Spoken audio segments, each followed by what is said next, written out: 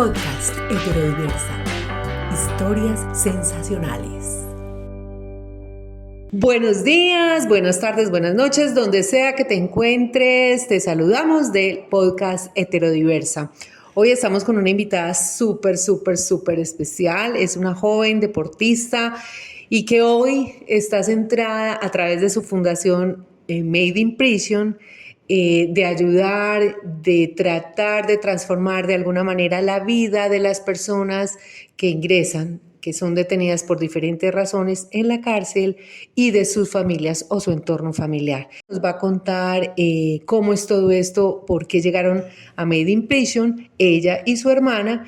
Juliana, bienvenida, muchas gracias por estar aquí con nosotros. Ay, Matilde, muchas gracias por la invitación y qué chévere que esto que vamos a conversar hoy pueda de alguna manera tocar a las personas e invitarlas a ayudar a otros. Ok. ¿Cómo llegamos allí? ¿Cómo llegamos a Made in Prison?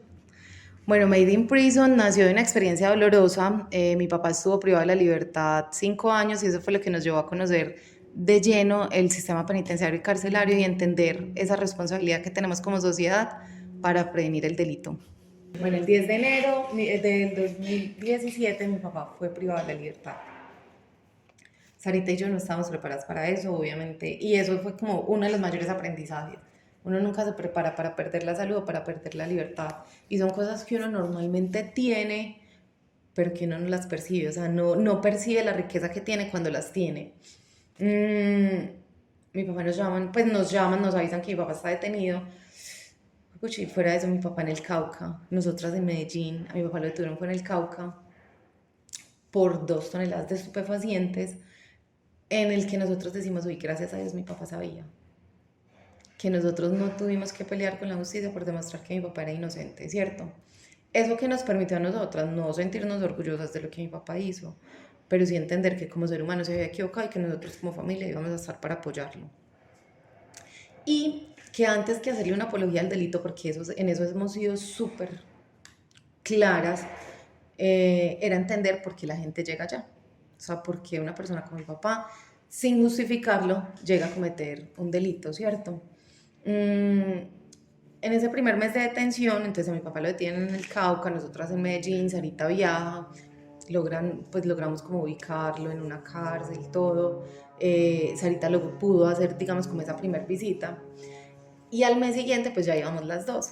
En ese primer mes de detención, mi papá nos recibió con 2 manillas, una decía Sara y la otra decía Juliana. Y la sorpresa fue súper chévere porque nosotros, ay papi, qué lindas. Y él dijo, no, es que yo las hice. Y nosotros, vos, con esas manos tan grandes, ¿qué ibas a poder hacer eso? Y dijo, sí, mi amor, yo los hice. Entonces nos mostró el burrito, las agujas, todo. Y dijo, yo ya las aprendí a hacer. Entonces nosotros le dijimos, papi, vendámoslas. Y él dijo, no, vendan las mías, vendan las de un compañero que él tiene 4 hijos pequeños y la esposa lo que hace es salir a venderlas por la mañana. Y nosotros, listo, venga, hablemos con él. Hablamos con este chico, le dijimos, nos podemos llevar las manillas y se las pagamos en 15 días, pues porque nosotras somos asalariadas. Y él dijo, listo. Entonces nosotros nos fuimos, nos llevamos las manillas. Esas manillas, en todos los colores, o sea, era como verde, rojo, azul, rojo, o sea, como muy inspirado, y eso es una de las, como de una de las características que tiene, digamos, el tema penitenciario y carcelario. La gente se identifica mucho con su equipo de fútbol. O sea, eso hace parte de la idiosincrasia, de lo que a las personas las mueve. Entonces, casi todo era antes América de Cali, Medellín, Nacional. Y bueno, eran como en esos colores. Nosotros empezamos a guardar las manillas, pues nosotros no le veíamos salida a eso, pero se las empezamos a comprar mes a mes. En ese primer mes en el que nosotros le íbamos a pagar esas manillas, papi, ve, necesitamos que te comuniques con, pues que hables con este chico, cómo le hacemos llegar la plata. Él dijo, no, amor, que llamen a la esposa. Nos comunicamos con la esposa y la esposa dijo, ay, ¿cómo así? ¿Cuánto es? Y nosotros, ¿sabes tanto? Ay, no, entonces yo con eso voy a pagar el arriendo. Ve, Matilde, ese fue el momento en el que nosotras, o sea, para nosotras hizo clic. Porque nosotras entendimos que nosotras estábamos en condiciones inmejorables en comparación con otras personas. Entonces ahí ya viene otro aprendizaje desde la cárcel. Desafortunadamente el tema de la marginalidad toca y digamos que determina muchas de las conductas y situaciones o el futuro de muchas personas, ¿cierto? Y desafortunadamente la mayoría de las personas que llegan a la cárcel no tiene condiciones económicas, sin justificarlo, vuelvo y lo digo, lo hacen por necesidad, entonces no tienen cómo sostenerse en la cárcel. Y hay una realidad que desafortunadamente el tema de la corrupción nos permea tanto que la cárcel termina siendo más costosa que vivir afuera. Entonces empieza el tema de, bueno, ¿y cuánto vale la entrada? ¿Cuánto hay que pagar por esto? ¿Cuánto hay que pagar por lo otro? Y desde ahí uno también entiende que el sistema está mal.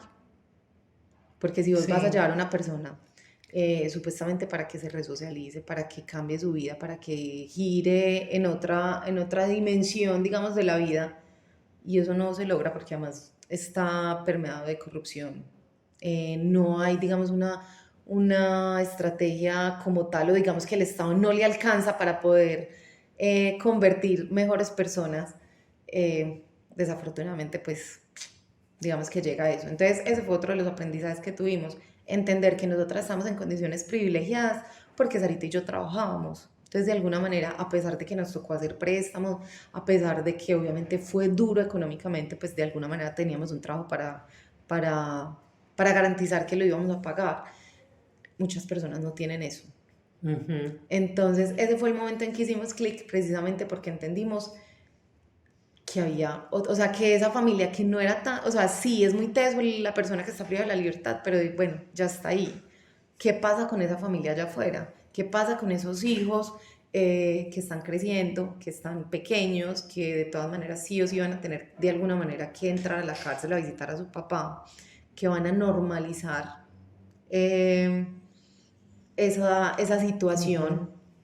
Y desafortunadamente hay una cosa, cuando nosotros aplicamos el test de experiencias adversas de la infancia, que nos dimos cuenta que un porcentaje muy alto había convivido con una persona que estuvo privada de la libertad en algún momento de su vida, que habían sido víctimas de abuso, que habían de alguna cosa que nos impactó mucho fue que, por ejemplo, el 100% de las personas que entrevistamos se sintieron rechazadas en algún momento de su vida. Eso, pues eso nos impactó porque todos afirmaron haberse sentido rechazados. Entonces, digamos, con experiencias como, bueno, haber sido abusados, haber vivido en un hogar disfuncional, haber visto la violencia, ya sea experimentada o vivida dentro de ese hogar, todo ese tipo de cosas hacen de alguna manera y determinan que las personas vayan a la cárcel. Entonces, bueno, eso fue parte de esos aprendizajes. Entonces empezamos a comprarle las manillas mes a mes, nosotros sin hacer nada con esas manillas, solo las pagábamos del salario de nosotras y ya, eso va a Ujú. poder ayudar. O sea, ustedes, a pesar de que para ustedes no era, digamos, económicamente rentable, ustedes lo siguieron haciendo más por un asunto de solidaridad. Sí, porque además nosotros decíamos, pucha, pues que esta persona tiene 4 hijos pequeños, lo que hacía esta señora era que salía, dejaba a sus hijos encerrados en la mañana mientras salía a venderla y no siempre las vendía. Entonces, ese fue como el nacimiento como tal de Made in Prison. Y entender que para nosotros siempre, o sea, el tema de la familia determina o sea, esa estadía de las personas en la cárcel, pero fuera de eso, ¿qué estamos haciendo como sociedad para evitar que esa familia repita la historia, que esa familia, digamos, entre... Porque, a ver, nosotros empezamos con personas, por ejemplo, que eran cabeza de hogar. Pues entonces, si esa cabeza de hogar está detenida, privada de la libertad, no puede ser sustento para su casa. Entonces, Ujú. es una familia que de alguna manera la va a tener más difícil, donde se van a unir otro tipo de circunstancias que desafortunadamente van a hacer que repita la historia. Además, porque también menos oportunidades. Sí. Y mira, hay una cosa, pues Matilde, nosotros hoy, gracias a Dios, contamos con la libertad de mi papá, pero realmente nos cuestionamos si realmente es libertad. ¿Por qué? Porque es que mi papá lleva un año en la calle y ninguna empresa le da trabajo, porque tiene antecedentes. Porque esa es o sea, él tiene la red letra escarlata a pesar de que él ya le cumplió la justicia, a pesar de que ya pagó su condena, ninguna empresa le da trabajo porque tiene antecedentes. Hace poquito le pasó algo que trabajó un mes y medio como conductor y no le pagaron. No. Entonces, con esto a que voy, que realmente la sociedad no está preparada, uno, para darle de verdad oportunidad a una persona que estuvo privada de la libertad. O sea, eso se queda en el discurso muy bonito, pero realmente tenemos miedo todo el tiempo de... Y hay una cosa, Matilde, o sea, ¿por qué nosotros nos hemos enfocado tanto en el tema de la prevención? Cuando una persona llega, si vos tenés la posibilidad de emplear a alguien y la persona llega y te dice, mire, es que yo estuve privado de la libertad o yo estuve en la cárcel, lo primero en el imaginario que tenemos es, uy, robó, abusó. La gente no dimensiona que hay otros delitos por los que puede ir a la cárcel. Y todo el tiempo entonces estamos señalizando todas esas cosas que ahorita tú lo decías. Es que todo el tiempo estamos señalando, todo el tiempo estamos juzgando, porque todo el tiempo, y hay una cosa que todo el tiempo estamos apuntando, pero sin saber Sí, que hay, sí. o sea, que eso también nos Que puede un- pasar, porque Ujú. nosotros le hacemos la pregunta, nosotros tenemos casos de chicos, por ejemplo, que hay uno, por ejemplo, que a mí siempre me ha impactado, él obviamente mató a alguien. Cuando él me contaba la historia era precisamente que él estaba con su amigo jugando, creo que Play, en su casa, se levantó al baño y cuando regresó del baño vio que su amigo estaba usando de su hija. Él no se acuerda más nada, o sea, hay un secuestro de la amígdala, pues que obviamente no, ya él no recuerda No nada, ya recuerda no, nada. o sea, ya eso se desconectó y claro, mató al tipo. Cuando tú le pones ese ejemplo a muchas personas y piensan en su ser querido, inmediatamente dicen, uy no, yo también acabo con él. Entonces, Seguramente. Ujú. seguramente, eso que nos lleva a entender que es que esa es la realidad, o sea, nunca, y nosotros somos súper claras en eso, no es justificarlo, no es hacerle una apología al delito, pero es entender cuáles son las motivaciones de las personas para cometer un delito y de qué manera nosotros como sociedad tenemos que acompañar para evitar que eso suceda. Después de que haya un abuso, después de que haya, ya no hay nada, o sea, por más que hayan un montón de programas para resarcir daños, eso nunca lo vamos a lograr remediar. O sea, el Ujú. dolor de una persona de haber perdido a su ser querido en manos de otra persona o de una persona haber sido abusada o de que haya sido secuestrado, atracado, no sé, eso no, o sea, eso no va a salir del recuerdo, del pensamiento de la persona. Y lo mejor es evitarlo. Y la forma de evitarlo es empezar a educar a las personas en la prevención. Por eso Ujú. digamos que nosotros tenemos dos líneas de puntuales, digamos, de actividad y es precisamente, pues, uno, digamos, a través del trabajo, pues, de las cosas artesanales, porque es también brindarles herramientas a los chicos, porque como esa sociedad no está preparada para darles empleo, que ellos también de alguna manera puedan crear su propio proyecto de vida a través del arte, a través de las manos, a Ujú. través de aprender nuevas habilidades.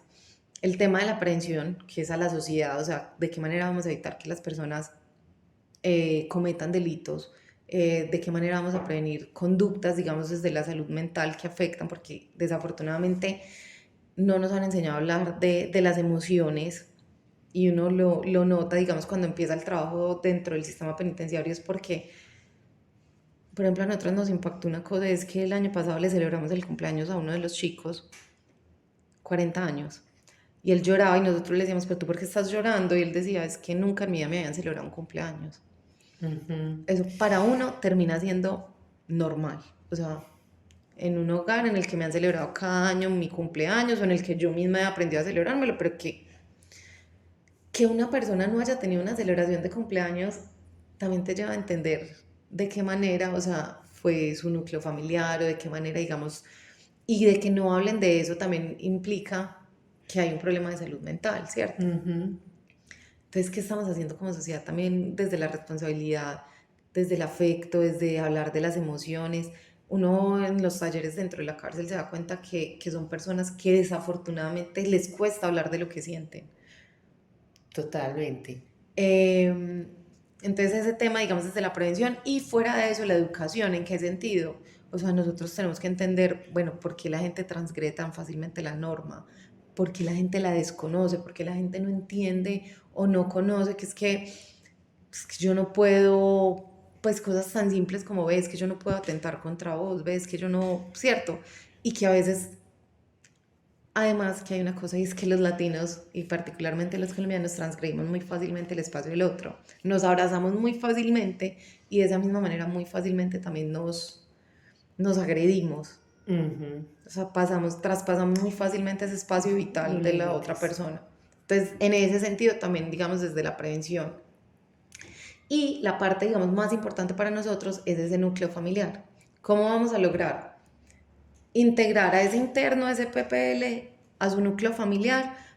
Uno, para que su familia sepa que él está aprendiendo otras técnicas, que está haciendo, o sea, que está cambiando el rumbo de su vida, que quiere hacer algo diferente, que ha entendido obviamente su implicación en lo que fue a atentar contra las normas, pero además que pueda salir y reconstruir su vida, que pueda salir y entender que, bueno, de qué manera yo voy a evitar que mi hijo repita la historia, ¿cierto? Entonces ese núcleo familiar, porque somos unos convencidos de que mientras la familia esté fuerte, sólida, fortalecida, pues eso va a garantizar uno que esa persona cuando se reincorpore a la vida civil, pues tenga la fuerza y por lo menos el respaldo de su núcleo familiar, pero fuera de eso que también, digamos, entienda las implicaciones y logre evitar que eso pase. Y por otro lado, digamos, el tema del acompañamiento jurídico, en que nosotras fuimos súper afortunadas, Matilde, en que nosotros tuvimos amigos, compañeros, personas que todo el tiempo nos dieron de alguna manera una asesoría, que nos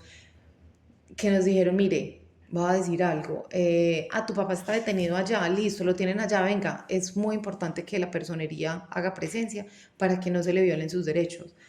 Cuando uno habla con las familias de los internos, uno se da cuenta que, o sea, que eso lo desconocen, que desconocen, por ejemplo, cómo está el proceso, que desconocen qué sigue, yo en qué momento puedo pedir una libertad condicional, o yo en qué momento sé que me están violando un derecho y que puedo, digamos, apelar, o que puedo, o que por ejemplo no me contaron mis días de descuento, pues que es como de hilos y telares, o sea, de habilidades que uno aprende dentro de la cárcel. Ese tipo de cosas la gente no las sabe, entonces eso para nosotros también termina siendo un punto de trabajo, porque necesitamos eso, o sea, tener familias informadas para que ellos también puedan apoyar a esos internos en todo su proceso dentro de la pena. Entonces, digamos que eso es hoy lo que hace Made in Prison. Desde el tema, somos muy claras en que de ninguna manera nosotros queremos hacer apología del delito, partiendo de que tuvimos un papá responsable penalmente. Que nosotras entendimos, por ejemplo, bueno, que era como una reflexión que nosotros hacíamos con mi papá. Llevabas 2 toneladas de estupefacientes, no pertenecías a la organización, pero realmente cuántas personas hoy sufren por el consumo de sus hijos, o cuánto, digamos, tiene esa cadena del narcotráfico de homicidios, desplazamientos, extorsiones. Entonces, que desafortunadamente el hecho simplemente de haberla transportado termina siendo parte de la cadena y que uno tiene que entender esa posición. Entonces, por eso para nosotras nunca nos hemos sentido orgullosas de lo que el papá hizo, pero sí de la forma como lo asumió, de su responsabilidad, de asumir su error y de querer cambiarlo. Entonces yo creo que desde ahí parte precisamente ese apoyo familiar también que garantiza que una persona entienda todo lo que, la dimensión, digamos, del delito. ¿Desde hace cuánto tiempo me dijiste que están con la fundación? Estamos desde el 2017, finalizando el 2017, pues, o sea, la detención de mi papá fue en el 2017, pero nosotros empezamos como, bueno, porque digamos que cuando empieza lo de las manillas, entonces decimos, no, vení, pero pongámosle un dije, pongámosle un empaque, o sea, que las personas sientan también, o sea, como el valor de lo que están comprando, porque o sea, es de verdad darle una oportunidad a una persona, es hacer que su trabajo también valga la pena, pero además es esa retribución directamente a la familia, porque lo que nosotros hacemos es hacer esa retribución directamente a la familia. ¿Eso para qué? Precisamente para mitigar ese impacto económico y emocional que tiene la pena sobre el núcleo familiar. ¿Cuántas personas más o menos están atendiendo? En qué cárceles? Bueno, Porque me imagino que tampoco son muchos, pues la población, digamos, carcelaria es inmensa, pero digamos, bueno, pocos, pero muy valiosos, ¿no? claro, nosotros digamos que desde el programa del tema, digamos, de particular de producción, tenemos a 15 internos, que eso pues para nosotros representa 15 familias.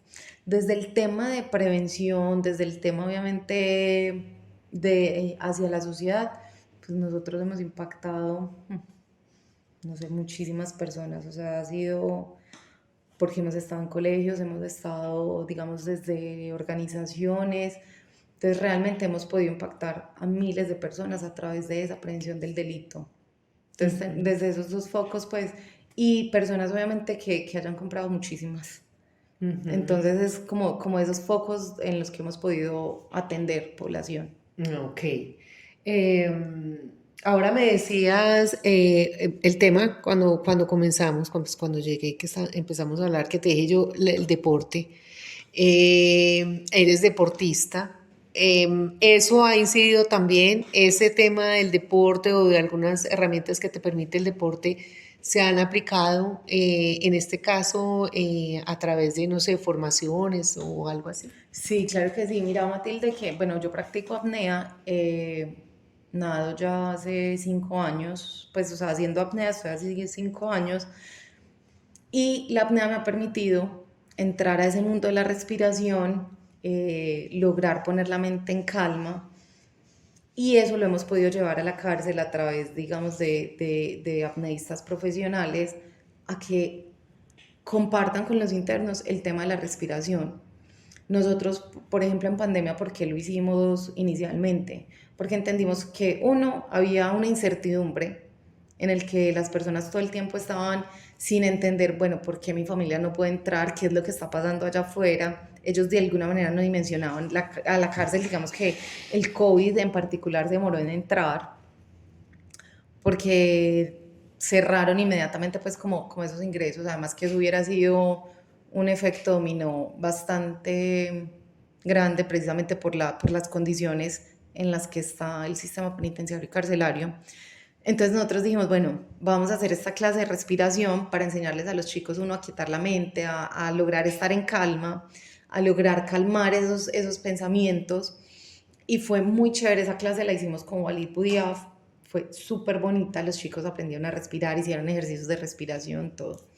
Y este año repetimos esa clase, esta vez con John Muñoz, los dos muy tesos, muy demasiado, unos superhumanos. Y fue muy bonito, ¿sabes por qué? Porque, por ejemplo, inicialmente, al inicio de la clase, John les hizo, por ejemplo, una prueba de, bueno, vamos a aguantar la respiración, cuánto es capaz cada uno de aguantar la respiración, poniendo la mente en calma, traigan a su mente pensamientos bonitos, pensamientos que les, o sea, como un pensamiento feliz que hayan tenido en su vida, un recuerdo o algo que anhelen, una esperanza que tengan. Y vamos a aguantar la respiración y vamos a ver cada uno cuánto logra. Casi todos estaban en como entre 30 a 40 segundos. Tuvimos la clase, John les explicó de qué se trataba, cómo funcionaba, o sea, la capacidad que tiene el cuerpo de sostener, por ejemplo, la respiración, la mente, cómo digamos, logra calmar esos pensamientos, o sea, la importancia de respirar. Y después, cuando la clase ya se estaba terminando, pues John vuelve y les hace la prueba y todos habían aumentado 1 minuto 50, 2 minutos, o sea, eso era. Entonces ellos también se sorprendían como de, pucha, ¿cómo es posible que nosotros somos capaces de hacer esto? Esto lo voy a poder aplicar. Entonces había uno que canta rap, entonces él decía, esto lo va a poder aplicar mientras esté cantando. Entonces el otro decía, uy, no, yo logré estar tranquilo, logré irme a otro lugar a pensar en otras cosas y no en lo que todo el tiempo me está robando la paz. Entonces realmente sí, cuando me preguntas si a través del deporte he podido plasmar otras cosas en este escenario, sí. Y ojalá podamos llevarle esos temas de respiración a muchas personas dentro de la cárcel. ¿Cómo defines a Juliana Zuluaga? Una mujer muy apasionada, muy apasionada. Yo amo conocer gente, conectar personas y más para este tema. O sea, me encanta que cada persona desde su escenario diario pueda compartirle algo a las personas que están en la cárcel. Entonces realmente soy una mujer muy apasionada, con una solidaridad, o sea, demasiado, o sea, las personas me mueven. ¿Qué proyecciones tienen en este momento? Bueno, ahorita, digamos, con la fundación nosotros estamos muy enfocados, uno, en garantizar, digamos, como ese acompañamiento a las familias, sobre todo desde la parte jurídica. Muchísimas personas desconocen sus posibilidades, sus derechos, el estado de sus procesos. Entonces, bueno, por ese lado uno. Por el otro, digamos, también el tema del acompañamiento a la familia desde esos hijos, a través de cursos, a través de actividades extracurriculares que les permitan, uno, conocer otras posibilidades, dos, aprender nuevas habilidades y tres, digamos, alejarlos de o sea, de la posibilidad de repetir la historia de sus padres. Con el tema de prevención, igual, o sea, nosotros ahorita venimos con un tema de contenidos muy chévere, donde vamos a empezar también a educar a las personas, no solo, digamos, desde los delitos que se pueden cometer, sino también desde el comportamiento humano, hay una cosa que nos ha gustado mucho desde la economía del comportamiento, desde la sociología, de que las personas también empiecen a hablar de sus sentimientos, desde el tema de salud mental, o sea, necesitamos fortalecer esa parte, también, digamos, de entender de qué manera nosotros como sociedad, y entendiendo que la seguridad ciudadana es un bien público y por tanto es un deber de todos, cómo también empezamos a acompañar a la sociedad para evitar el delito, para evitar conductas que puedan afectar, incluso no todo termina siendo delito, sino también conductas que afectan el funcionamiento de las empresas, de las organizaciones. Lo importante incluso que las personas entiendan, venga, mi trabajo está afectado por esto y entonces desde el transporte, desde muchas cosas, el tema también como de compliance. Y bueno, y por el otro lado también, digamos, el tema de fabricar productos. Viene una línea exclusiva, digamos, como unas colecciones particulares que van a ser limitadas. Entonces eso también va a ser muy chévere dentro de las proyecciones para este año. Bueno, de todas maneras, muchas gracias, Juliana, por habernos acompañado en Heterodiversa. Y no sé si quieres dar un mensaje final. Ay, Matilde, sí, muchas gracias. Bueno, lo primero, uno, invitar a las personas a que todos los días valoren su libertad, su salud, porque son cosas que tenemos y que de verdad las damos por sentado y que cuando las perdemos nos damos cuenta de lo valiosos que son. Dos, pensar mejor antes de actuar. Yo creo que las personas tenemos que llegar a esos momentos de calma para pensar mejor y actuar mejor. Hay muchas personas que hoy están privadas de la libertad por impulsos y yo creo que esa es una de las cosas que también empezamos a prevenir.